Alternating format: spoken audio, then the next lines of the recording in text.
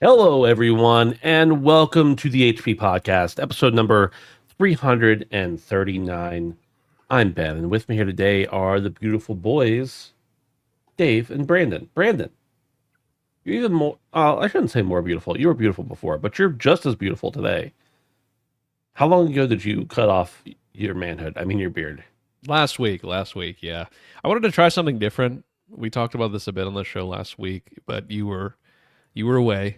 Yeah. But yeah, it's the first time in like a decade I've seen the skin on the side of my face. How do you feel about it? At first I was really uneasy about it. And Mm. now that it's starting to grow in on the sides a little bit more, I feel a little bit better. I don't like the skin look, the like pure down to the skin look.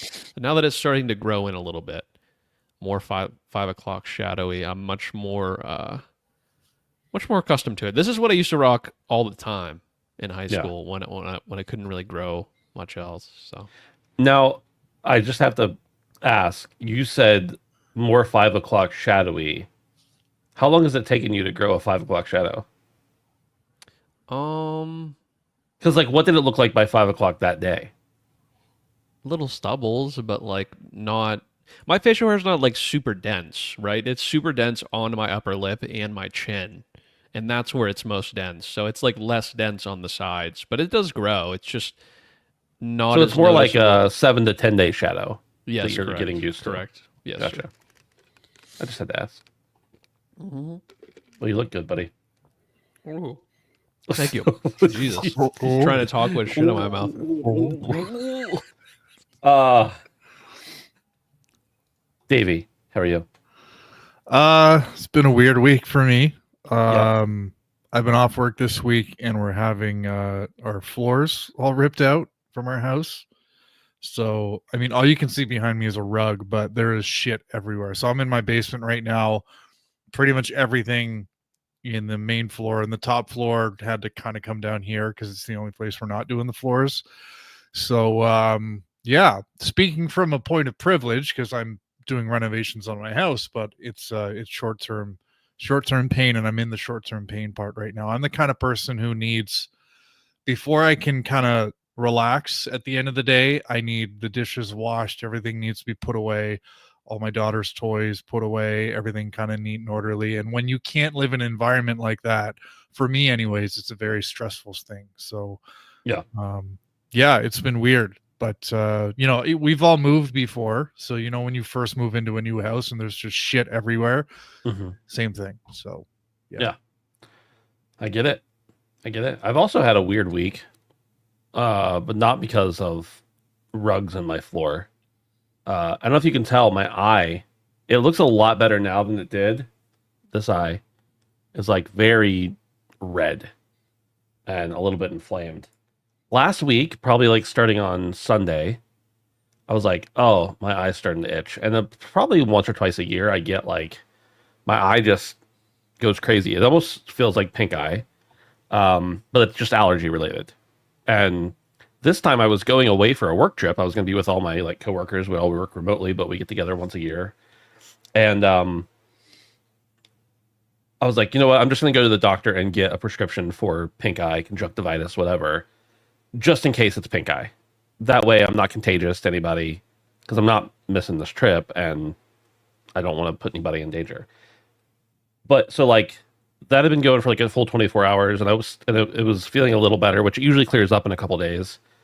And I wasn't sure if it was the medicine or something else entirely. But as soon as I landed in Alabama, that's where I went. My eye was like totally clear. Maybe a little bit itchy for like the first day or two or not. And I was like, okay, it's definitely allergies. And I thought, well, usually when I get it, it goes away within a couple days, so I'll be fine. Flew home like 3 or 4 days later. Within 24 hours, my eye was itching and red all over again. So it's definitely allergies, it's Pennsylvania. but it's driving me crazy. So it looks a lot better than normal. That eye is kind of lazy anyway. Not, I don't have a lazy eye, but like my eyelid droops a bit. So it's just making it worse. Damn. I don't like it. Did you get like eye drops or something to help moisturize it, or like allergy drops or something? Bro, I got Claritin knockoff here. I got allergy drops I got prescription ofloxacin, whatever that they give you for conjunctivitis. Ben's the eye dealer right now. I got olipodine, which is an OTC drug that's supposed to help with that kind of stuff. I got it all, baby. And I usually have most of this stuff a couple times a year just to try to like stop the itching. And it actually feels better right now than it has in like 3 days. God, my eyes itching now. We're talking about this. But it's just so annoying that like it was happening. I went away. It got better. I came back. Disaster. Pennsylvania hates me. And I hate it. Damn. For what it's worth, I didn't notice it until you mentioned it, and I actually knew about it before. But yeah. Do you think it's your dog? I mean, I've had him for 2 years. I feel like I would have noticed by this point if it was him. True. Yeah. Seasonal. Yeah, maybe. I mean, it could be. I've had this problem though longer than he's been alive, so it's unlikely. Summertime allergies, it sounds like. Yeah, it usually happens in like April and again in July, which it's July now, so that adds up. But Right. it's interesting because I never really had allergies of any kind until I, got into my mid 30s. And then my body was like, guess what, idiot? Here you go. It's time. So it does cause a little bit of sensitivity to light, but only because I like it's so so irritated. So anyway, that's been my life. It's really hard to do anything when you can't, like when you work on a computer all day and you can't see or like don't want to look at the computer because you can't see. Makes it tough. Getting all choked up thinking about it. You're muted, Brandon. Sick, for God's sakes. Do you think the maybe the eye strain, the eye fatigue is probably making it worse? It's probably not helping it, but like my options are. You don't have an option. That's what I'm saying. Yeah. But like still, Yeah. that sucks. Yeah. You have typewriter. But what would I be typing? Well, emails and stuff, That's true. No, Dave. That's just regular mail. Because his eye was good when he was not working at a computer, predictably. But I was looking at a screen when I was gone. Okay. Forget the typewriter then. That won't work. Yeah. Scratch that. Uh, Back to the drawing board, Dave. yeah. It's funny because you said about emails and like my first week when I started at this company, they were like, everything we do is either in Slack or in this other project management software. You have an email, but like, don't worry about it. Nobody ever emails anybody here. And I was like, nice. That's not 100% accurate. Like, and that wasn't meant to be a 100% accurate statement, but I email far less than I do anything else. It's kind of nice. That's nice. I like the real-time conversation. Do you email, Slack. Brandon? Do you have emails at work? Yeah, I do. I don't really. We mostly use Slack. Actually, is what my company uses. So, which was good. I was familiar with the software because we previously used that. But Yeah, little fun tidbit for the audience, which I know everybody loves. We used to use Slack as Handsome Phantom, and we used it pretty heavily when we were like really into doing more writing and reviews and videos and everything. And then finally, we hadn't used it really almost at all for a year. And I was like, you know what? I use Discord for everything. Let's just go over to Discord. Let's transfer everything. And so within like 2 months after that, I had to get a new job, and that company is like, we exclusively use Slack. And I was like, oh, good. Okay. I'll go back. I still accidentally log into the Handsome Phantom Slack every now and then, and I think most of the messages are gone because they only stay there for like 3 months, but I still see all of the channels. And we had like a fantasy critic channel that we set up at one point we never did anything with, but yeah, it was one of those things where somebody suggested, I was like, sure, let's do it just for fun. And then nobody ever made their team, so it just sat there. But yeah, if you pay for it, you can see Slack for as long as you want. And it's so funny because it's like they're intentionally just, I mean, maybe it's stored in like deep storage or something, but they have all that data. Like the other day I like literally had to go in and retrieve an old document, and I just signed up for a month. We had credit on the HP account, and I signed up for a month of premium, didn't have to pay for it, went in, got the things I needed, left, canceled the subscription. It was like a 72-hour thing. But like all that stuff was there. But as soon as I canceled the subscription, within seconds, it was like, if you upgrade, you can see this. They're just paywalling, dude. That's Yeah, all of it is. course. I get it. You got to make money somehow. Speaking of which, this is the HP podcast, and if you want to help us make money, you can support us on Patreon at patreon.com/handsomephantom. It's not a lot of money, and in all honesty, it really just makes us feel nice. But if you want to help support us for as little as $1 a month, we would appreciate it. Ad-free early access to audio listeners, and a warm, tingly feeling in your heart for everybody else. You can also join us on Discord, handsomephantom.com/Discord. We'd appreciate having you there as well, just to hang out and chat and talk about rumors of Nintendo Directs that will never happen, Derek. Speaking of Derek, he says, R.I.P. Hulk Hogan. I know he's looking up at us and smiling right now. Okay. Yeah, R.I.P. Hulk Hogan. He'll probably still be in chat, though. I don't think death's going to keep Hulk out of the chat. The ghost of Hulk Hogan. And then he said, we could organize a fantasy critic in the Discord next year. Are you volunteering? Yeah, Derek, you could set that up if you want. Since, I don't know, it might get tricky because I do occasionally... there may be games that I'm working on that could potentially appear there. So, I don't know. Be a little dicey, but it's probably fine.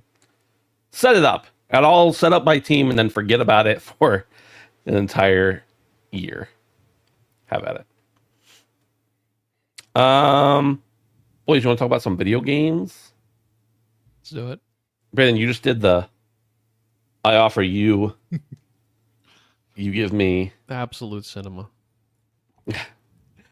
All right. Sony is suing Tencent for allegedly ripping off the Horizon video games. This comes by way of Reuters, so you know it's serious. Sony Interactive has sued Tencent for copyright and trademark infringement in California federal court, accusing the Chinese tech conglomerate of ripping off its popular Horizon series of adventure video games. Sony said in a lawsuit filed on Friday that Tencent's upcoming Light of Mataram is a Slavish clone of its games that copy several distinctive Horizon elements and threatens to confuse buyers. Spokespeople for Tencent and attorneys and spokespeople for Sony did not immediately respond to requests for comment on Monday. Sony released the first game in Horizon. We all know about Horizon, whatever. Sony did say in its complaint that it declined an offer from Tencent to collaborate on a new Horizon game last year. Tencent later announced Light of Mataram, which Sony said features identical gameplay, story themes, and artistic elements to Horizon, as well as many other similarities. Sony said that video game journalists have characterized Light of Mataram as a knockoff of Horizon, including one who called the game Horizon Zero Originality. They asked the court for an unspecified amount of monetary damages and an order blocking Tencent from violating its intellectual property rights. Go ahead, Brandon. What were you going to say? No, I just said got him because that was a sick burn. Oh, yeah. Horizon Zero Creativity. Was that it? That was the story. That was it. Okay. Yeah. Yeah, I mean, I saw a bunch of people reporting about this, and a lot of them were doing like a side-by-side photo of the Horizon looking out over like one of the key artworks, and then one of the key artworks from this other new game from Tencent.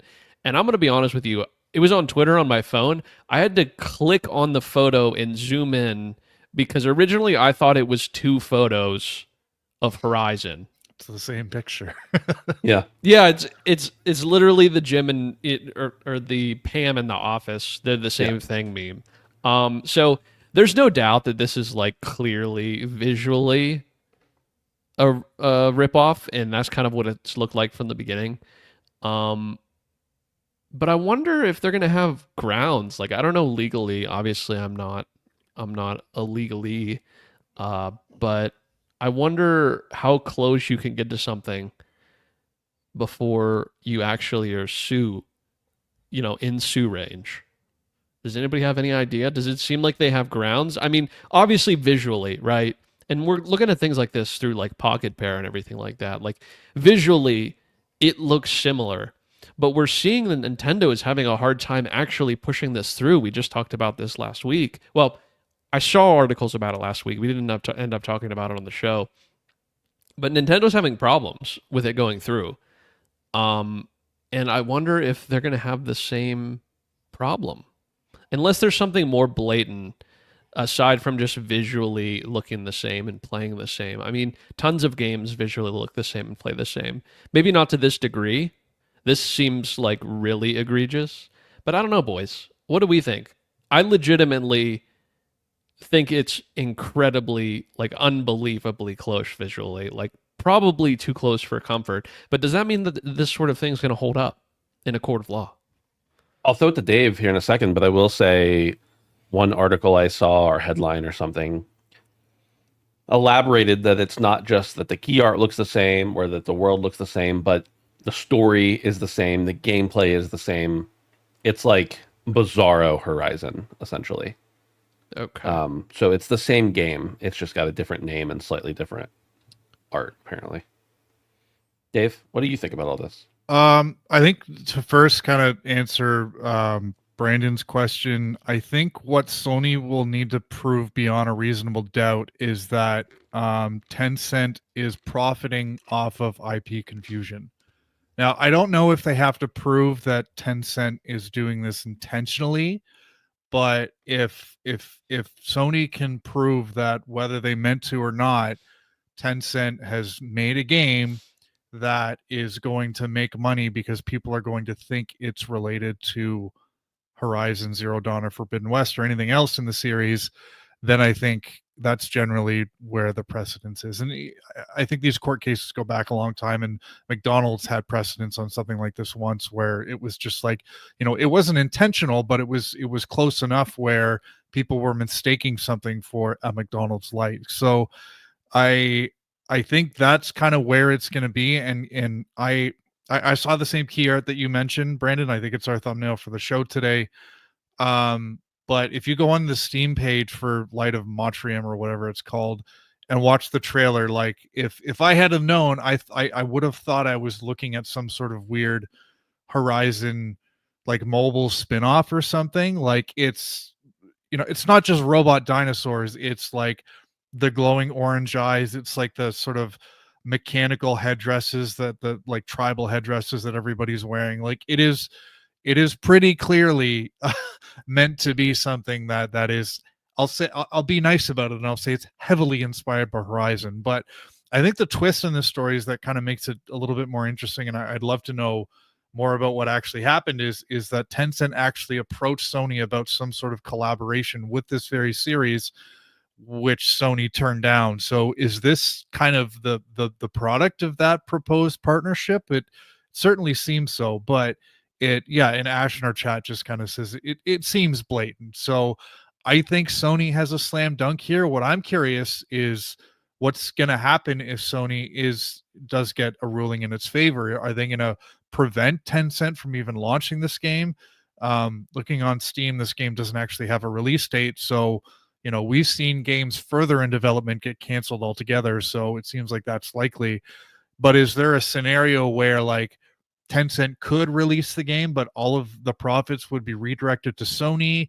Or would it be like a fixed rate damage? Or I don't know. I suspect this game is not going to get released because this seems pretty blatant. And, Sony, they're not Nintendo, but they still have the resources to come after anybody from a legal standpoint. So, yeah. But Brandon, have a look at the Steam page later because it's pretty crazy. Yeah, I just looked at. I just skimmed through the video real quick while you were talking. That's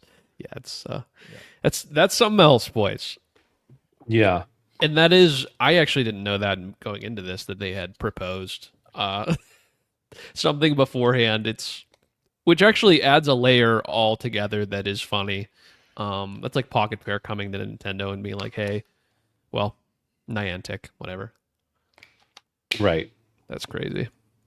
Yeah, it's definitely, I think it's blatant and it's obvious. Here's what I'll say. This is a clear win for Sony in my book. I don't have any idea how laws actually work on a larger level, but like this is obviously not okay. But I will say this. Sony, You get what you deserve. Because how many rip-off games of other games has Sony allowed to be on PlayStation that are exactly like some other indie game, and they are just like, oh, it just works like that. That's how that they gave us, they gave us the game and we put it up. And people fight to get those games down, and Sony and Xbox, to their credit, Nintendo does usually take action, but Sony and Microsoft generally just like, oh, whatever.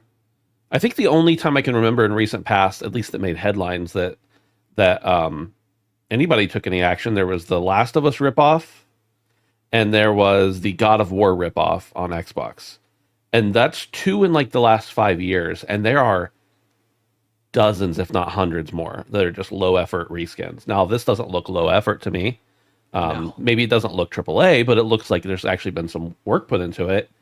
But take this as a lesson to yourselves, Sony and every other platform holder. Quit letting knockoffs on there, because you don't like it when it happens to you. That's all I got to say about that. Anything else, boys? Derek says if Sony wins, Tencent will just launch it in China and still sell 20 million copies. There is not a lot of doubt in my mind that they would still launch it in China if they're able to do so. That would be pretty predictable, actually. Okay. Let's move on to the next one. This one comes by way of mpfirst.com. It says Battlefield 6 is ditching last-gen consoles. EA accidentally confirms release date. This article came out 6 days ago, so almost a week. And we're pretty near to another reveal of some more Battlefield stuff. But it says, with today, last week's, official reveal of Battlefield 6, more info about the game is slowly coming out of the woodwork, and the latest development we've spotted should make a lot of Battlefield fans happy. It seems the new Battlefield game won't be releasing on last-gen platforms such as PS4, Xbox One, based on info we've gleaned from the shooter's official pages, even if EA hasn't officially announced it. With today's official reveal of Battlefield 6, publisher Electronic Arts has also launched the game's platform pages so gamers can wishlist the game. If you check out the Battlefield 6 page on EA's website, there is only an Xbox Series version mentioned, and no Xbox One, which confirms the game won't be available for last-gen platforms. There's a lot more here, but we don't need to go into it. I wanted to talk about the fact that it's not going to be on older consoles, and then also just in general, you guys' thoughts on BF6, and if you're looking, talk. That's what I'm trying to say. Brandon. Yeah, I mean, we've been having this conversation for years about things like, I remember us talking a lot about Destiny about this and how they didn't ditch the last gen's console, and it kind of, gave them a lesser product for the fact it wasn't as feature heavy. So I think this is a really good move for them, especially after the blunder that was 2042. I think they really have something to prove coming out of the gate here. I think that the Battlefield series has kind of been on a large downward swing, and I think they know that people are interested in the modern shooter version of their games, especially since it's been quite a while since we've got something like this. I've seen some early footage of this. Is it out in beta? Is it out to certain people? There's like a closed play test that Okay. a lot has been leaked from. Yeah, I was gonna say I've seen some footage. And obviously it looks early. People were criticizing it, but it is early. But I am heavily interested in this. Battlefield 4 was my shit. I even thought that Battlefield 2042, with all of the problems that it had, having played it significantly after launch, I actually thought it was a fine product as well. But I think and I hope that they realize that they're kind of at a tipping point here. I don't know that the Battlefield series can have another shitbird reaction or like a shitbird entry. So I think they really want to knock this out of the park, and I don't have very much confidence in EA. In fact, I have almost none at all. But I think that it's kind of a dire situation. So I'm hoping the fact that they're on their deathbed, so to speak, kind of really kicks them in the ass here. And they took all of the strange ridiculous shit that they did in 2042 and kind of turn around and don't do that anymore. So yeah, I'm very excited for this. I hope it's going to be great. I want it to be great because, like I said, Battlefield 4, one of the best, and I have very, very, very fond memories of it. And I'm just kind of hoping to recapture that a little bit. They don't have to reinvent the wheel. They do not have to reinvent the wheel, and I think that's what people have been asking for. I think they did some interesting things with the whole weather mechanics and everything in 2042. I thought that was cool, but at the end of the day, I think people would have traded that one cool mechanic for a better game. Like if they just would have fucked off and spent all of the development time they took to do all that weather sim shit and like put it into the game, and it would have been better at launch. Leaderboards. That's what I'm saying. Like, Come on, like obviously, be realistic. there was so much wrong, right? And it took them well over a year for it to be in any sort of decent state. So I'm not very hopeful, but I want this to be the resurgence of Battlefield, man. I really do. I really, really do. Radix says, "Is this Battlefield's last chance?" And that's something I was going to touch on. It seems to me like, I mean, I don't know how many copies 2042 sold. I know that it wasn't well received, at least at launch, for sure. But it does feel to me like if Battlefield can't dig themselves out of the hole they were in, then there's probably going to be some serious like issues with greenlighting another game in the series. I said I wasn't going to play Battlefield again until they did another Bad Company game. But I got to say, I'm thirsty. I'm thirsty for a Battlefield game. Bro. I'm so thirsty. I need a good shooter for sure. I'll talk about it later, but I've been playing some Warzone lately, and it's not exactly, it's not Battlefield, but it's scratching an itch right now for sure. Dave, what do you think? I think you're a Battlefield guy, aren't you? Yeah, I think so. I'm kind of like you. I've got a lot of fond memories of the Bad Company days, both the campaign and just the kind of focused multiplayer from that game.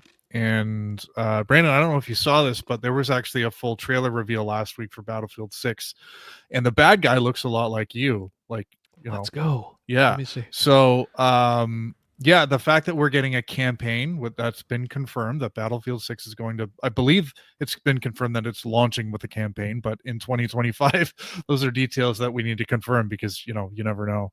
But yeah, I'm ready to get hurt again. There's this hype cycle that we go through with Call of Duty and we go through it with Battlefield, but it's on a much longer scale. And, I've forgotten the pain of 2042, and I'm at this part of the clock now where it's like, I'm hyped up and let's fucking go.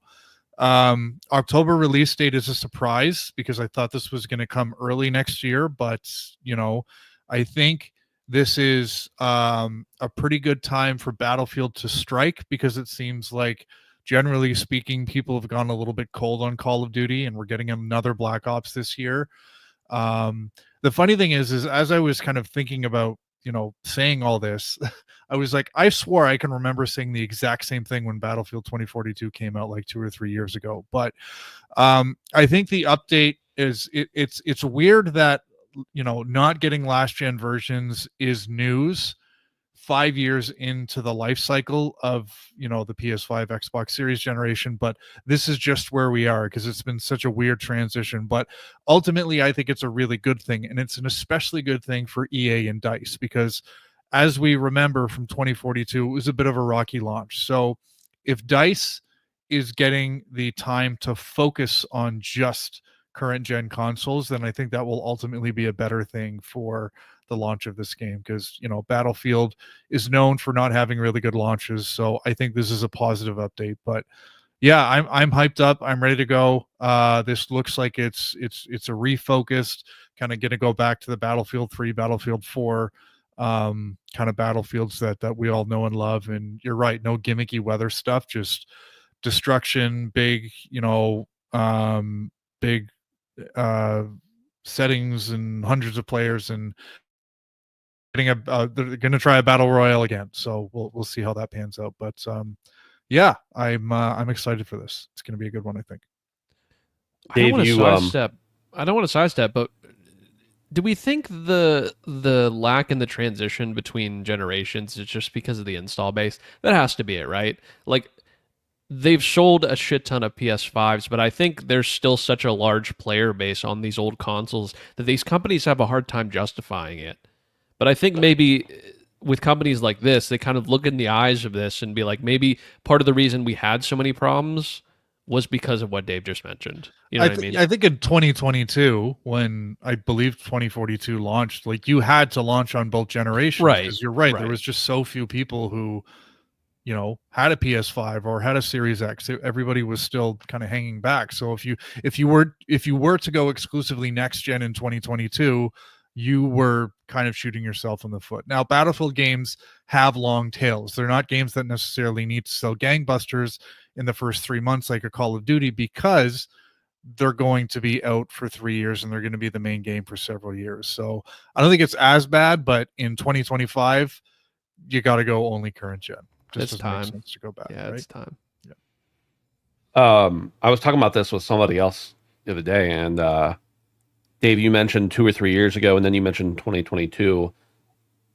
Battlefield actually came out, 2042 actually came out in 2021, which makes us ancient because it doesn't feel like that long. I genuinely thought it was like 18 months ago. So It does feel like a quick turnaround, doesn't it? it does. Yeah, I don't know. I was thinking it was less about how quick of a turnaround it felt like and more about how old we are. If that makes sense. Kind of both, right? I would say that talking about the generational thing with Battlefields, ever since Bad Company 2, they've really leaned in more to the destructible environment stuff, and that's a long time ago now.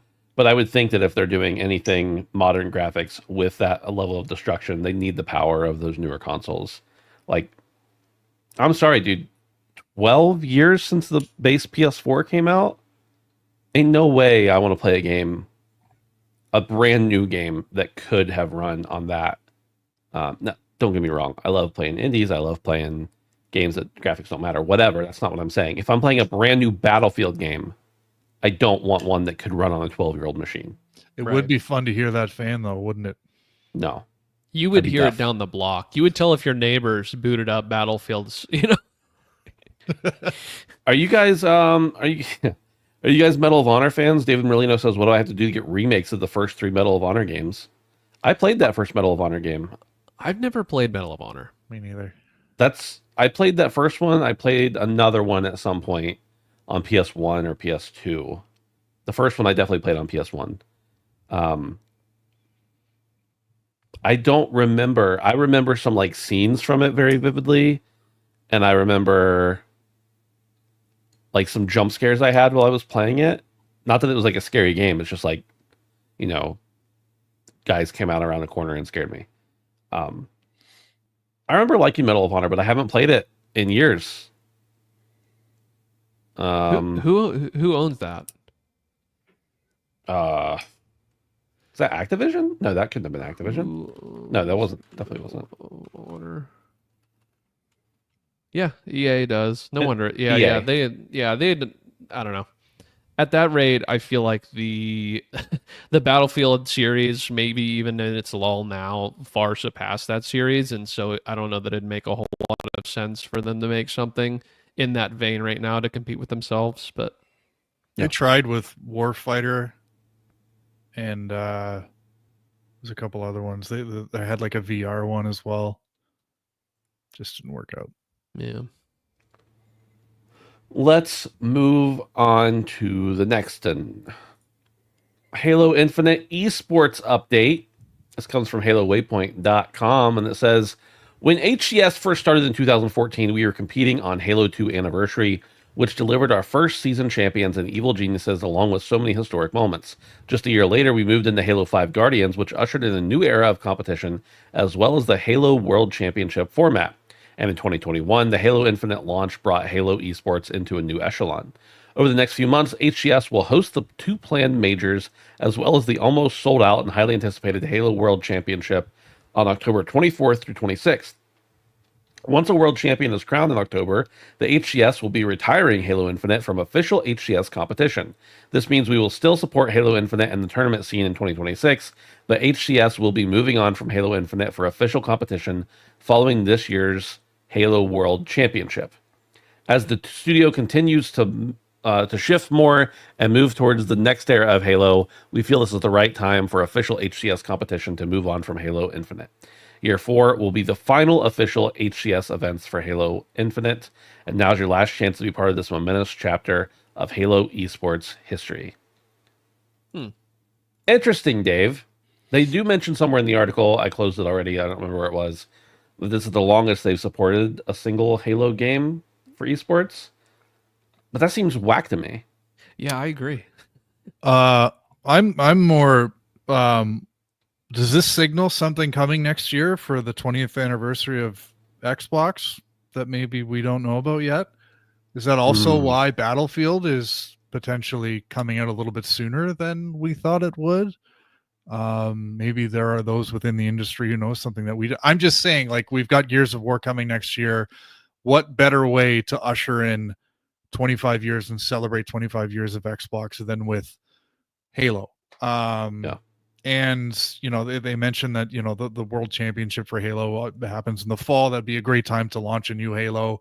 I don't know. Maybe I'm being a little ambitious here, but there have been rumblings out there that next year is going to be a huge year for Halo. And, you know, considering what happened with Infinite and how it, you know, we kind of feel like maybe it was put out into the world a little bit too early, and there was a number of delays and stuff like that. Maybe this also explains why Infinite was so poorly kind of supported. Maybe, you know, the new Halo has been in the works for longer than we think, and it is coming next year. So I'm just spreading rumors here, but perhaps that's why you know, the Halo World Championship is moving on from Infinite. And this seems quick to me. I know you said, you know, from the article, it's the longest a single game has ever been supported, but it I don't know, it seems odd. The timing is right for something new. So I don't know. It's also sad to think that, you know, this is probably part of the death of Infinite, because there was so much hype, you know, for this game, and I think the structure and the bones of a really good Halo were there. It just, again, it was so poorly supported. So it's sad to see, but it's kind of promising to think what might come next. And again, next year might be a perfect time for some new Halo. And same with Battlefield, I'd be ready to get hurt again. So Derek mentions that Phil Spencer teased the Halo CE remake, and that's kind of what I was thinking as well, is that we're not probably going to look at a new Halo. I mean, imagine they remake again Halo CE or Halo 2, which, you know, is the heyday right there, and that's what everybody gets into. It would also be really weird if they, in the next fall season, if they were like, we're going to play the game that came out 3 minutes ago. Like, it doesn't feel... Yeah, the timing for the final is a bit off, but still, it's you know, we would assume that sort of thing would come out in the holiday. Right. We'd probably need an announcement in the first half of the year. So Right. I'm just speculating, but 25, they've already been teasing that it's going to be a big year. So could be cool. Brandon. Yeah, honestly, Derek. Brandon, the only owner here of an Xbox Series X Halo Edition. I know, Infinite. Big money on that. Big money. When's the last time you turned it on?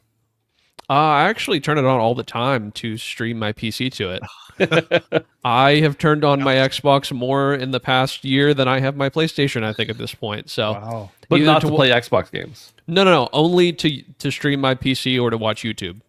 Yeah. I don't think I've played a game on it since Forza Horizon came out for it. So I'm sure you're being counted in the active player base in the absolutely, in the shareholder absolutely. update. So absolutely. So I agree with you guys. I think it's going to be Halo CE. I mean, they already teased the Unreal Engine 5 stuff. I genuinely, wholeheartedly think next year we will be getting Halo Combat Evolved in Unreal Engine 5. I think that's what we're going to get. I would be willing to almost put money on it. I am very confident. Probably more confident than I should be. But I just have a feeling, man. I think that's going to be it. And I would love to see them just completely revamp it. I mean, obviously, Unreal Engine 5, we've seen what you can do. We've also seen all the problems that Unreal Engine 5 brings. So that kind of makes me a little bit nervous for Microsoft. Obviously, they have all of the resources in the world to kind of figure this stuff out. But because of the systemic problems that Unreal Engine 5 is bringing to most games, not to say they couldn't figure it out, but that makes me a little bit nervous for them. So how cool would it be next year for the Halo E series to have a new series, but it's for the first game of the series, a new competitive scene in Halo Combat Evolved in Unreal Engine 5. I think that'd be cool. And I think it makes sense. So, we've already seen the mock-ups of Chief in Unreal Engine 5. Derico says this, and I was going to say it as well. Remember when he was like, and next year we're going to have someone that's been with us from the beginning. You know what I mean? There's been a lot of like flirting with this, right? They've not exactly been very subtle. So I think we are in for something big, and I'd put money on what I said. So, well, speaking of Unreal Engine 5, Wuchang came out, and it did not come out to very good reviews. According to The Gamer, Wuchang Fallen Feathers is already shaping up to be one of the biggest hits of the year. It's the second bestseller on Steam right now, and has reached a concurrent peak of over 100,000 players in its first day alone. Of course, this article was about a week old at this point. Take one look at the store page, however, and the cracks immediately start to show.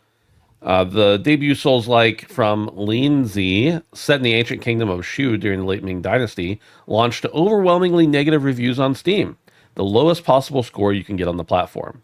Players decry that it's just another UE5 stutterfest, reporting that while it might be fun, the performance is so bad that they're either refunding the game or putting it down until it gets fixed.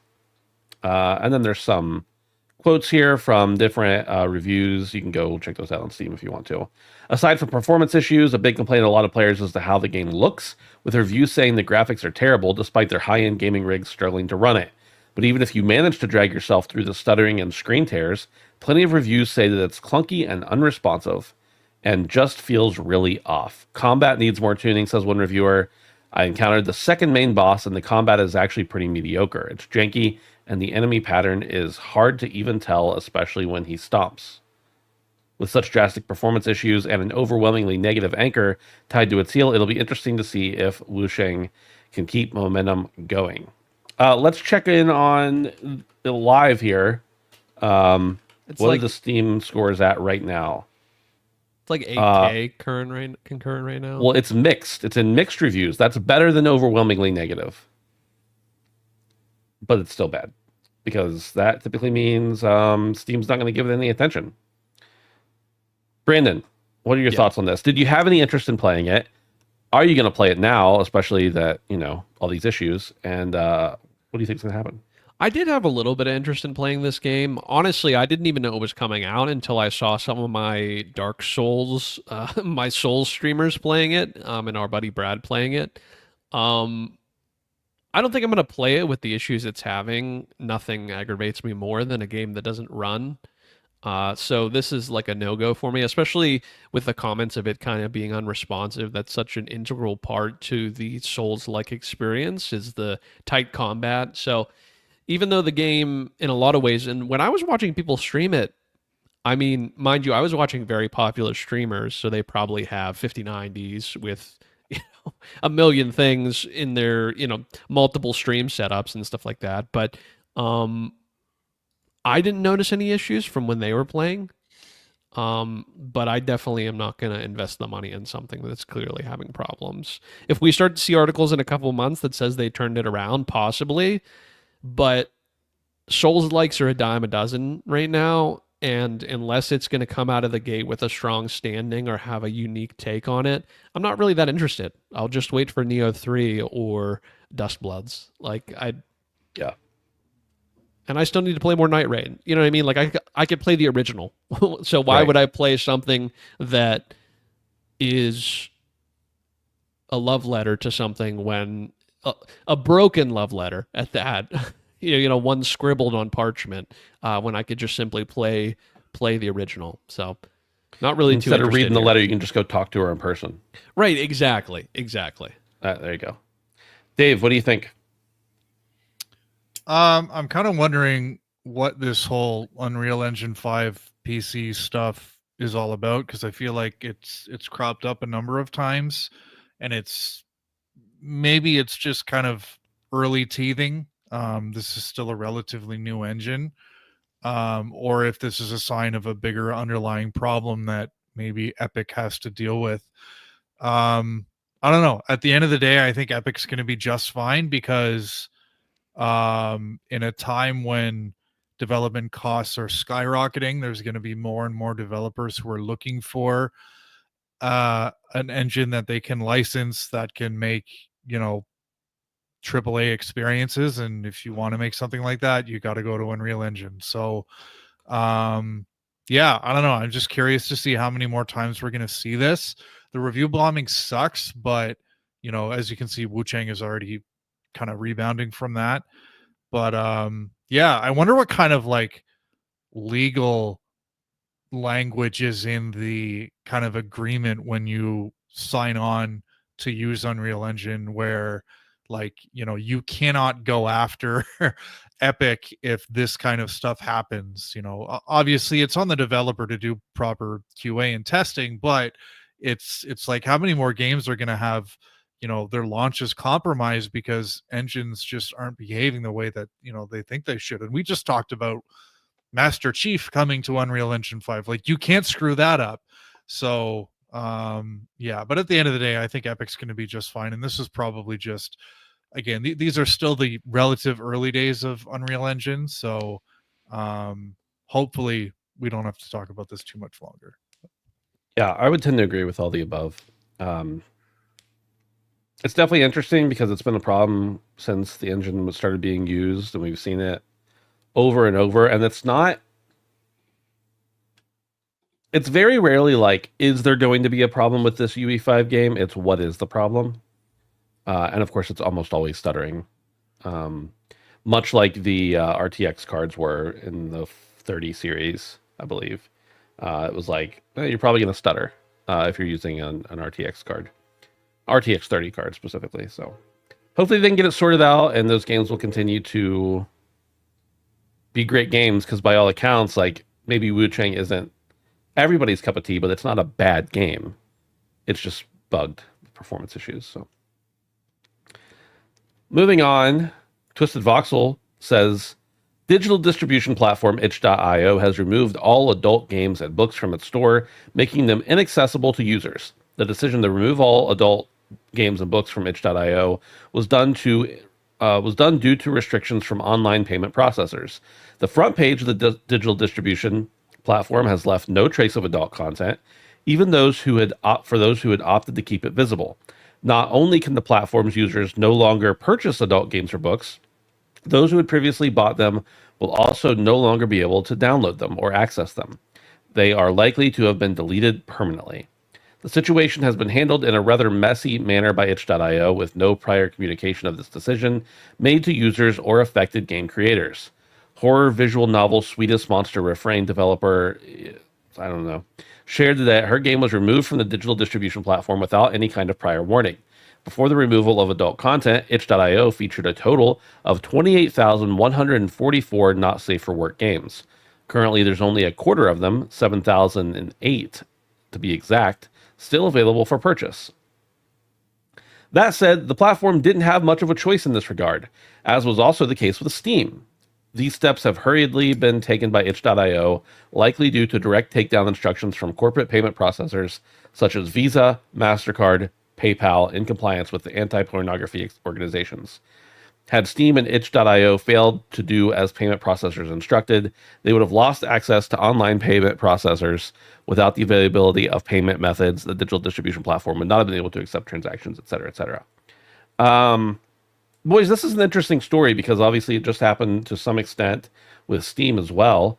But the difference here is that itch.io seems to have removed a lot, and maybe that speaks to the type of content on that platform. I can't speak directly to that. A lot of their not safe for work games, whereas Steam targeted more specific games, mostly dealing with, we're not monetized, I don't care, incest and rape and things like that. It seems that those types of games were taken down. I want to know what you guys think about this, and then I also want to know what you think about what this could mean for the broader industry in general, and how we're beholden to different organizations, etc. Dave, I'll let you go first, because I know Brandon's got to take some time to be sad and process this. Ben, now is the perfect time for the iron is hot. So a porn-specific payment processing. Let's get it out there, man. We've got 2 customers waiting for us right there. So, I mean, if you could land, dude, jerk pal, not PayPal, dude. If you could land the equivalent of a porn payment processor for Steam and itch, that would be huge. You would be very wealthy. Dude, that would be huge. Imagine if you could anonymously sign up for things and it would just show up as like you donated to a charity or something in your bank account just in case for like your wife or your husband. That wouldn't lead to anything illegal, would it? That wouldn't be used in ways we didn't intend it to.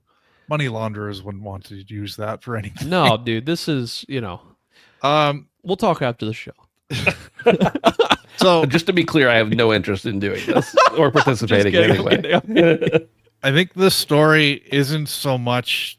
A lot of times when we talk about these kind of things, it becomes a cautionary tale about digital content ownership and that kind of stuff. But I think this is more a lesson in how not to do PR, because this all stinks of itch.io rushing to get a new sort of policy or procedure out the door to meet the needs of their payment processor, which is obviously a big deal. Like, your ability to process payments from customers is what keeps you in business. So if that's in jeopardy, then I understand why you might want to sort of abide by the rules. But it really seems like it's just kind of really did this hastily in an effort to kind of get ahead of this. But what they ended up doing was give themselves a lot of bad press. And I do think ultimately the people who purchase content will be able to find some process for which that they can retain that from the developers or distributors for which they purchase that. So in this case,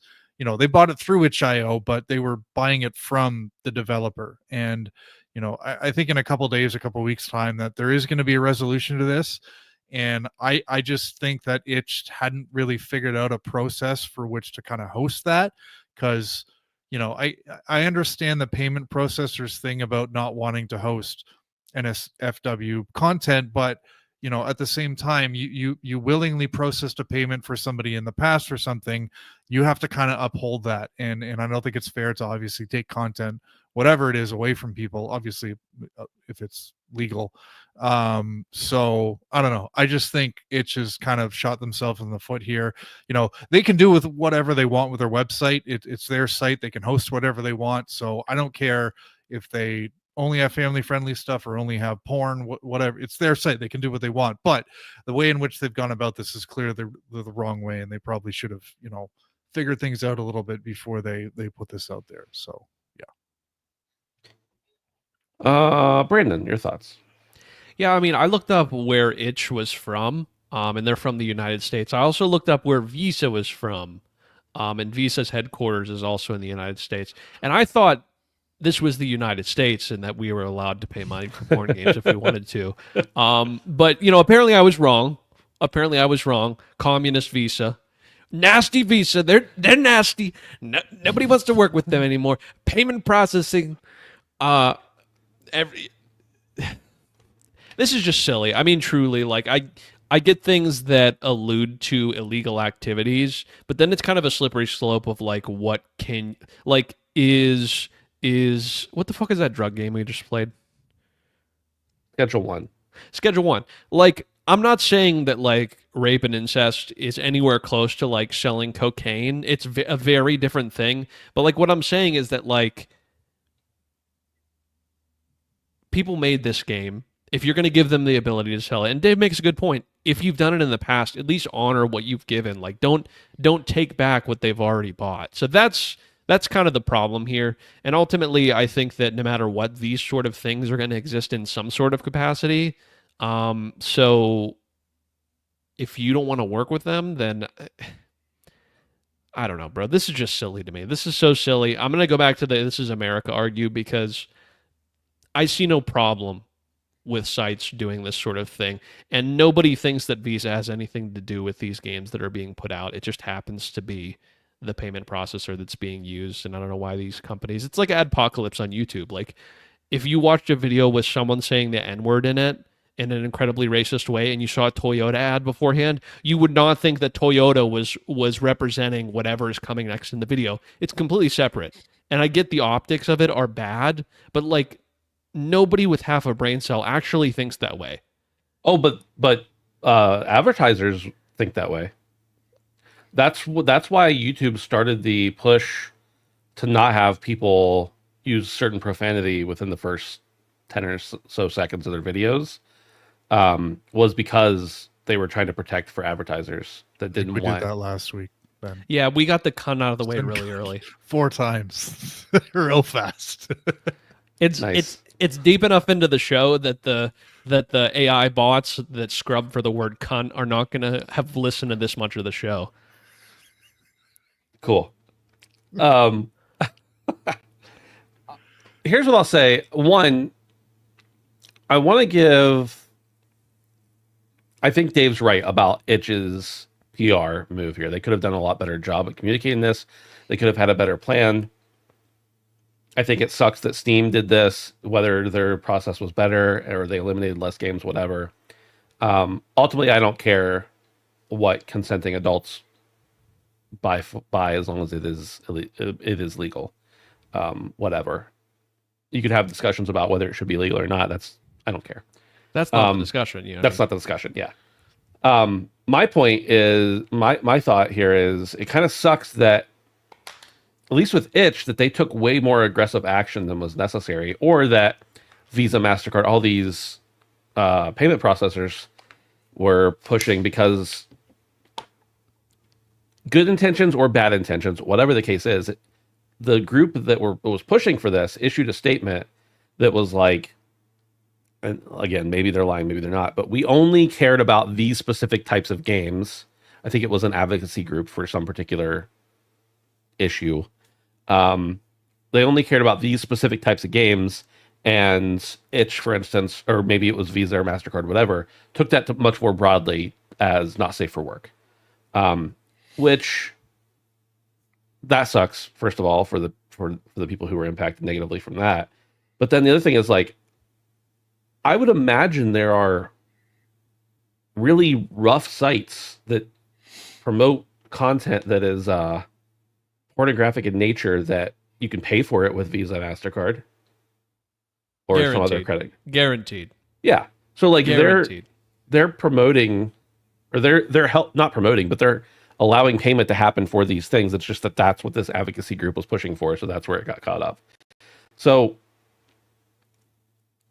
yeah, I think Dave's overall point is a good one, that this negative backlash could have been avoided if Itch was just like, hey, we have to take this stuff down. If you bought it, we're going to restore it, but right now we don't have a solution. You're going to be without it for the next 90 days, potentially. We'll get it back to you. Cool. And maybe you'd still hear some ruffle, but from some people, but most people are going to be like, okay, I understand. If they had explained, if we don't take this away, we will no longer be able to make money and keep this platform going. If Steam had done the same, that would have been the case.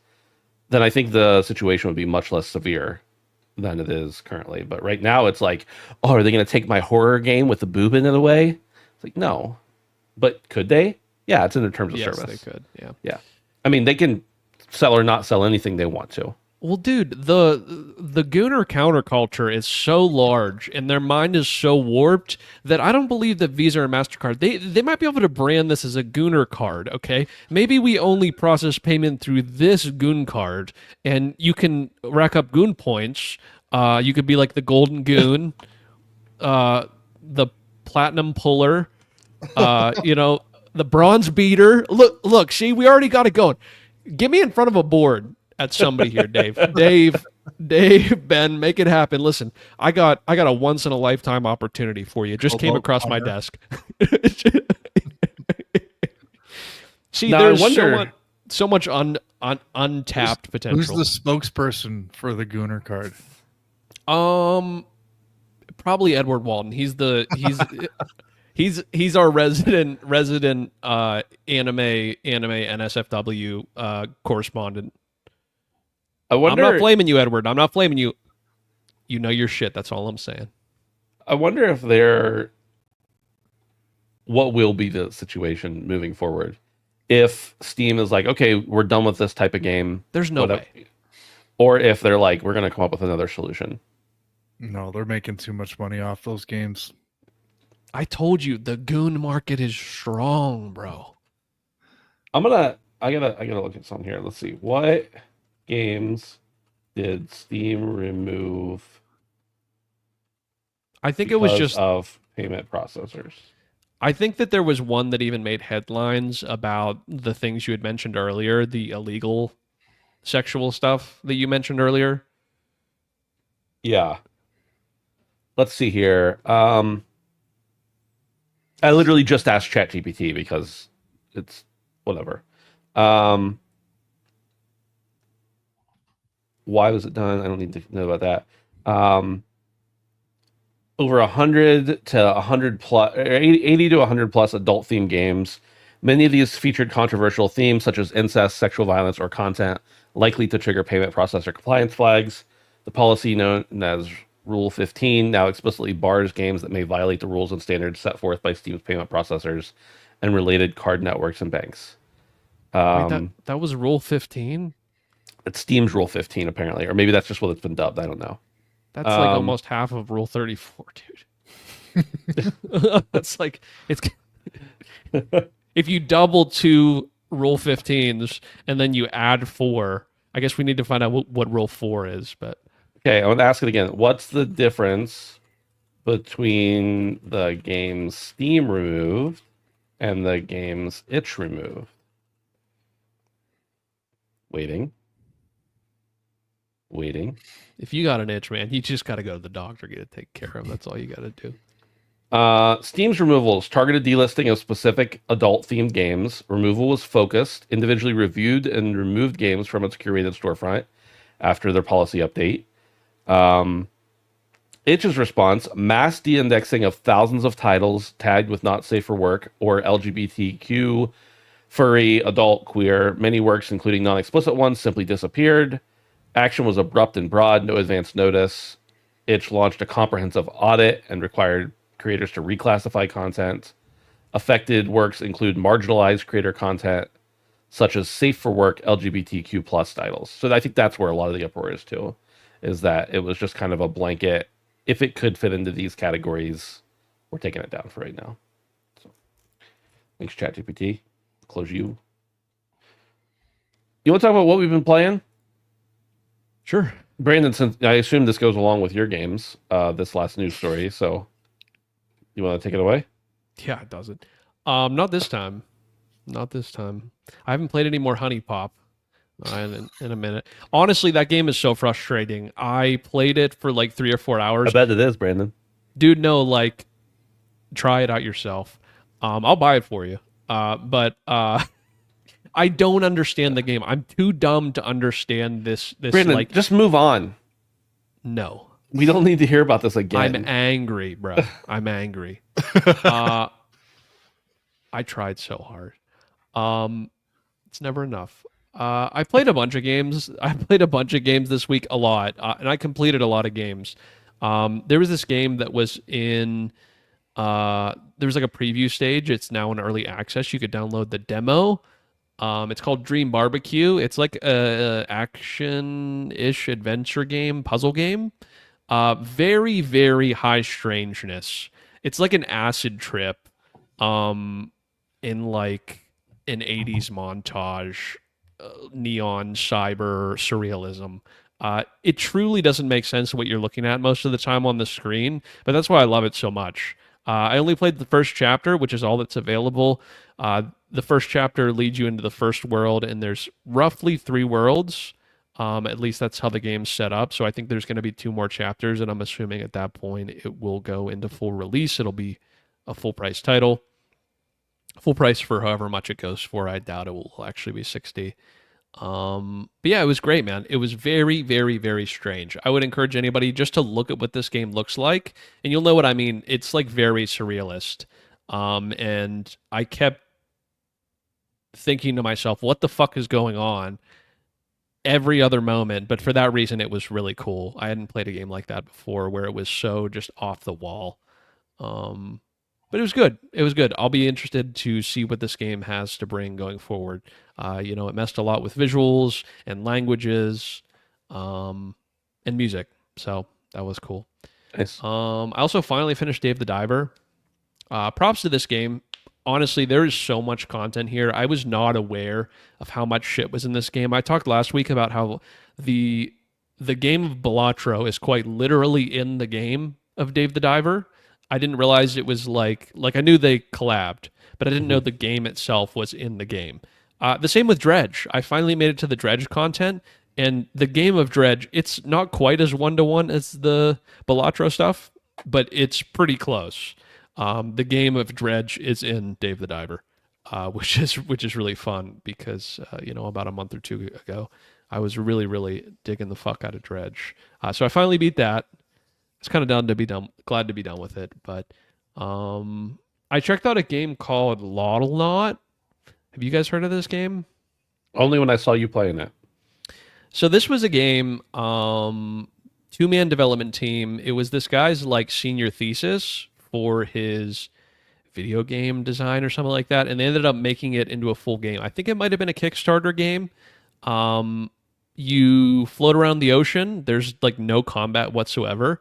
You just have to manage how much air you have, and you clean up this world. So I spent about 6 or 7 hours, and I beat the game in one sitting, and it was wonderful. There's like breeding mechanics. You can get these things called lawdles. They almost look like axolotls, but you clean their environment, and then you pair different ones together, and some of them have like buffs and stuff they could give you, and then you could pop out new baby ones after you've cleaned the environment. So it was really cool, really, really chill. You don't have to aim or anything. It like auto aims for you, and there's no combat. So supremely chill game about cleaning the ocean, and was really quality. I'd recommend anyone check it out who's just trying to do something that's kind of mindless and kind of vibey. So super, super cool. And then I beat Leon's playthrough of Resident Evil 6, so I'm about a quarter of the way done.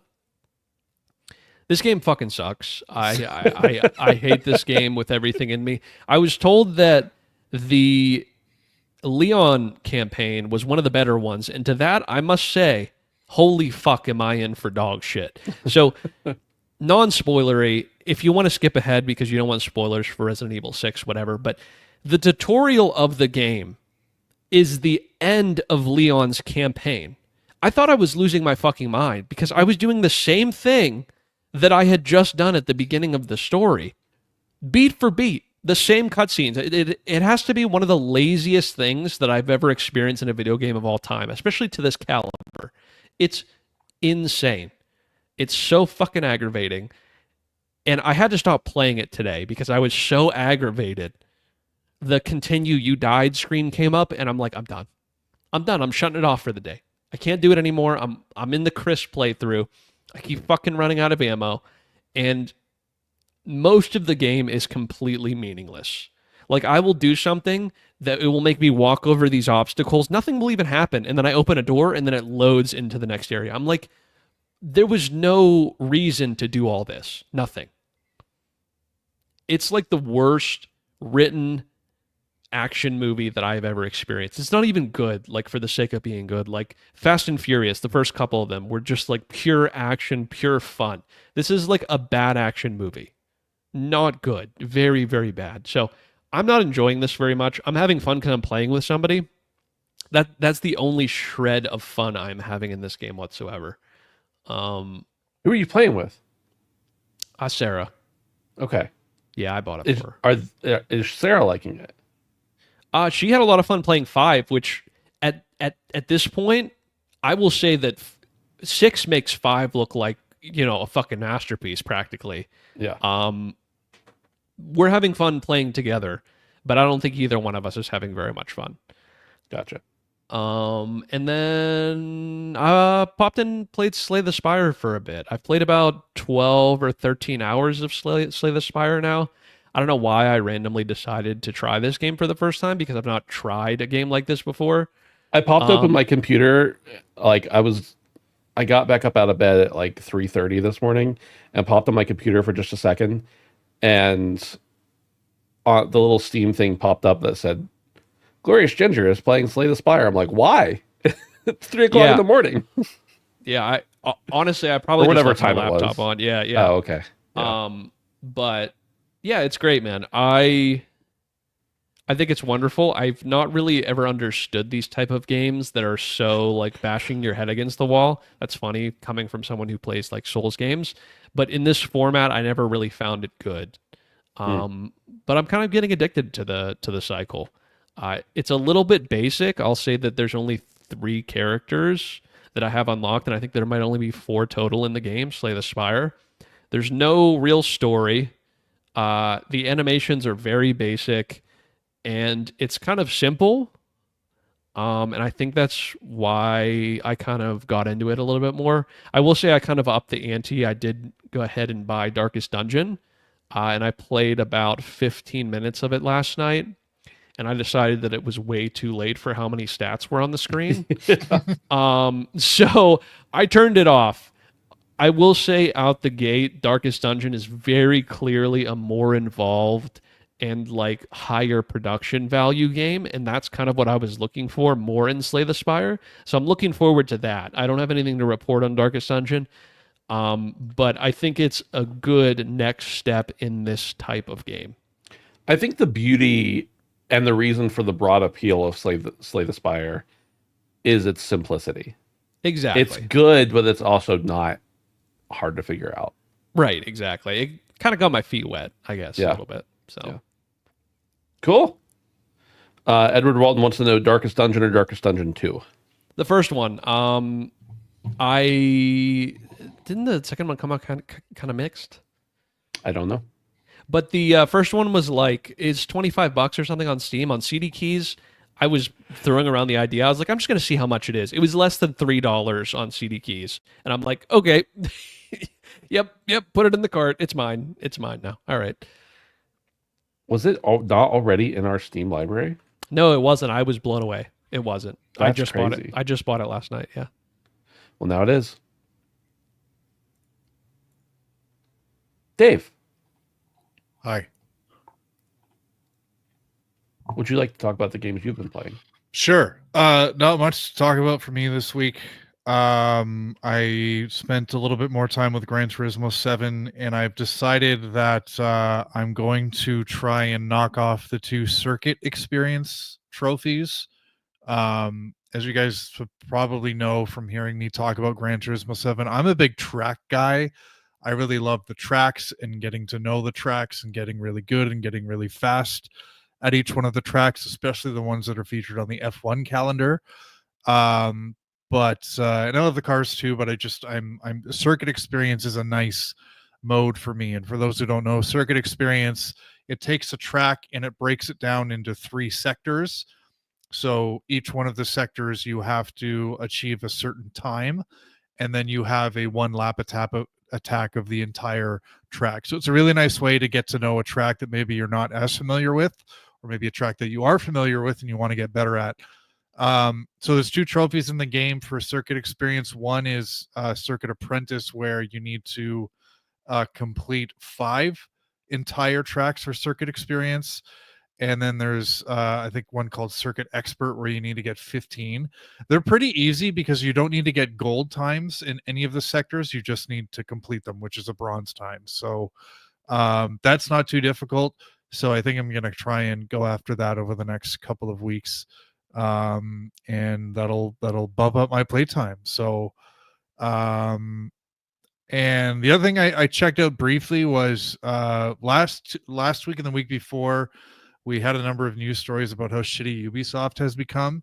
And I think Brandon and I were talking, and I think I recall saying we always have the old stuff, which is the good stuff from when Ubisoft was good. So I popped in Assassin's Creed 2 randomly into my 360.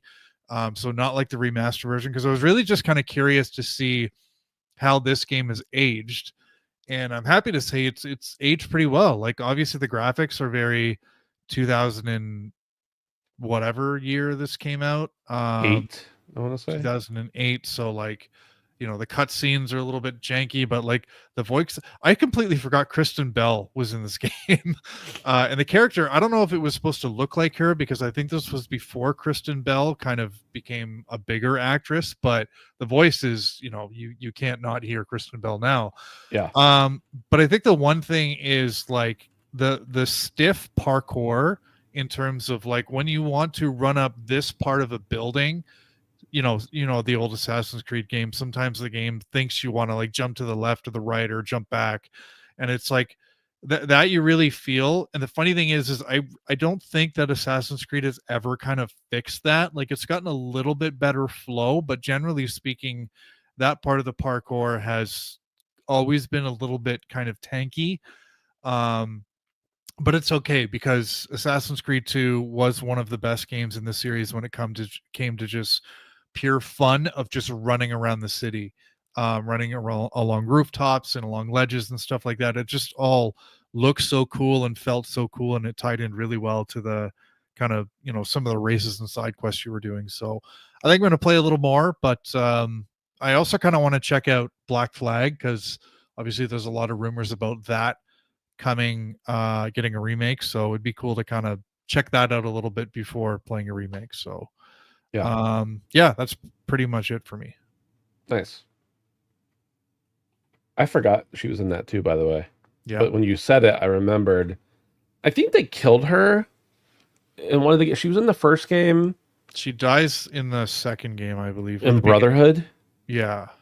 I feel like one of the rumors at the time, and this is almost 20 years ago, so who knows if it was true, was that they killed her off because they were mad at her for wanting royalties on her appearance.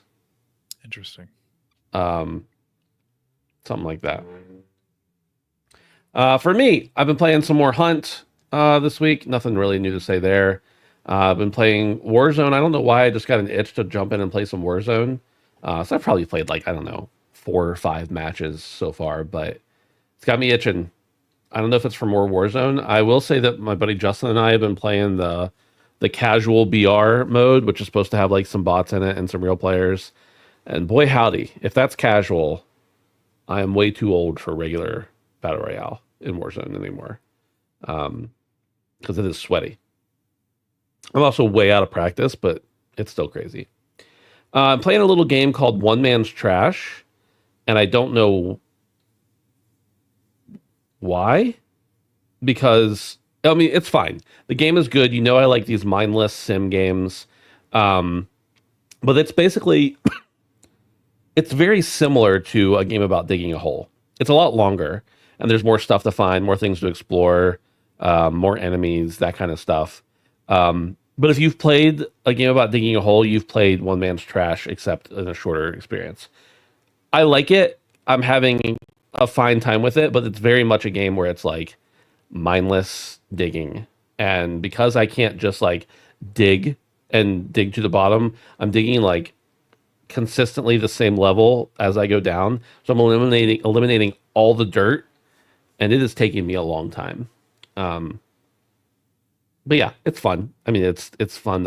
I can't recommend it to anyone unless you really love mindless sim games like that. But the real thing I've been playing is Donkey Kong Bonanza. And this game is beautiful in almost every way. It's a fantastic soundtrack. It looks really good. It plays super well on the Switch too. And it is just so much joy is the best way I can describe it. Now, I will say if you're like me and you got a little bit of OCD, and by the way, this came out, I started playing this the day it came out. That's been almost 2 weeks now. If you got a little bit of OCD, it might be a nightmare for you, because all I want to do is destroy every piece of destructible environment that is absolutely possible so that I can get every morsel out of it. That is not the way you should play this game, because I think I spent like way too long on the very first level. Way too long. I will say about this game, like, if you like Super Mario Odyssey, you're going to love the way this game plays. If you like Donkey Kong at all, you'll like it.